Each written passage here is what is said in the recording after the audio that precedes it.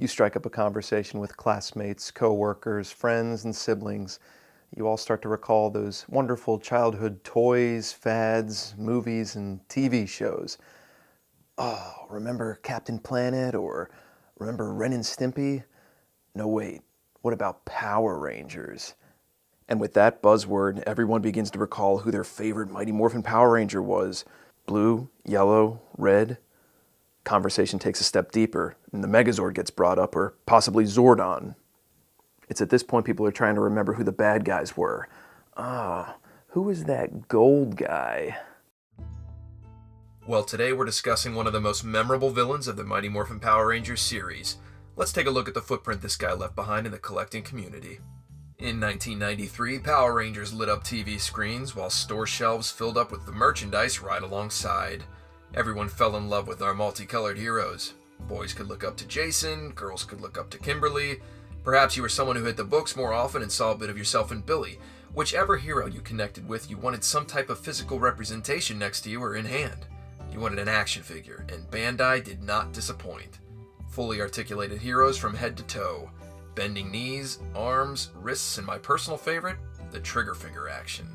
Quite the spectacle, but what was missing? Well, every hero needs a villain, and we were blessed with Rita's main squad, her bumbling alchemist and saboteur, her apparently most popular monster, and of course, her number one general and enforcer, Goldar. This guy's stance, presence, and gravelly voice was burned in our childhood psyches for life. To have him in the 8-inch action figure form was what most kids probably settled for when it came to the villain end of things. Now, if you had a great upbringing with awesome parents or grandparents that enjoyed taking you on one of their shopping trips and possibly letting you pick out a toy every so often, you had to be extremely careful about what you selected, especially if you were a Power Rangers fan. So you couldn't get squat without Babu, or vice versa, and if you missed the one episode King Sphinx was in, he probably looked a lot less tempting. Goldar was usually the clear winner. As a side note, I always found it weird as a kid that I couldn't get Rita as a figure, which meant that it was usually Goldar leading the troops, at least until Lord Zed was released down the line. To this day, I still love this figure, but it's not without its flaws. The biggest one being the missing sword. No sword. Why? Did it have to do with the fact that the Rangers were only packaged with sidearms? I mean, I suppose I get it now. The budget was mainly blown on the Rangers. Okay, I can accept that, but they even realized they messed up after the fact and tried to correct it. The Putty Patroller released in second wave of villains was actually packed with Goldar's sword. Okay, awesome. But Goldar has no way of holding it.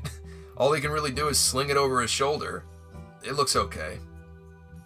A year later, all would be forgiven with the release of the 5-inch sword-slashing Goldar figure. There it is, right there in the name. Only other thing you had to do was get yourself an Automorphin Jason figure in the same scale, and you were ready for a sword fight. Oh, and if you missed picking up Jason 25 years ago, you now have that chance to pick him up at Target or Walmart in the year 2018. Would Bandai give Goldar the same legacy treatment at some point? Odds aren't high. We're looking at you, Hasbro. Seriously though, back in the day, Goldar's face was plastered all over the same merchandise King Sphinx's was. Multiple minifigures were also made, including the collectible PVC figure, a Micro Machine style figure with fist swinging action, and just like King Sphinx, a smaller figure that came out of a chocolate prize egg produced by Tombola. Several other figures were released that don't currently reside in my personal archive. He was a bank, an eraser, he got Polly Pocket-sized treatment, and he also got fixed into an eternal battle with Jason, just to name a few. However, all villains end up falling, and it was no different for Goldar. His character was written out of Power Rangers after the Zeo series. Fortunately, he did see one final action figure release, or I should say re-release. The Mighty Morphin sword-slashing figure was repackaged under the Zeo series card back. Nothing different apart from the use of a brighter gold paint application. Goldar would then take a long absence and only resurface with the Mighty Morphin Power Rangers Reversion series. Technically named Season 18, but more or less a simple re-airing of part of the original series. Point being, Goldar got a facelift. We could go into detail about how this was basically a Goldar statue, but there's several videos out there already picking this thing apart. Love that you could detach his wings. Other than that, he's a paperweight. Fast forward to 2015 and the Power Rangers Imaginext line's born. Goldar received Megazord-sized treatment for the first time ever, and soon after that, a standard Imaginext minifigure size was released. Both figures were fantastic, welcomed additions to the line. And why not quit while you were ahead, Power Rangers? Nah. Instead, we needed a quote-unquote Goldar, not Goldar, but technically is, but definitely isn't figure based on his appearance in the 2017 motion picture. No need to make mention of it any further than that. The figure's trash.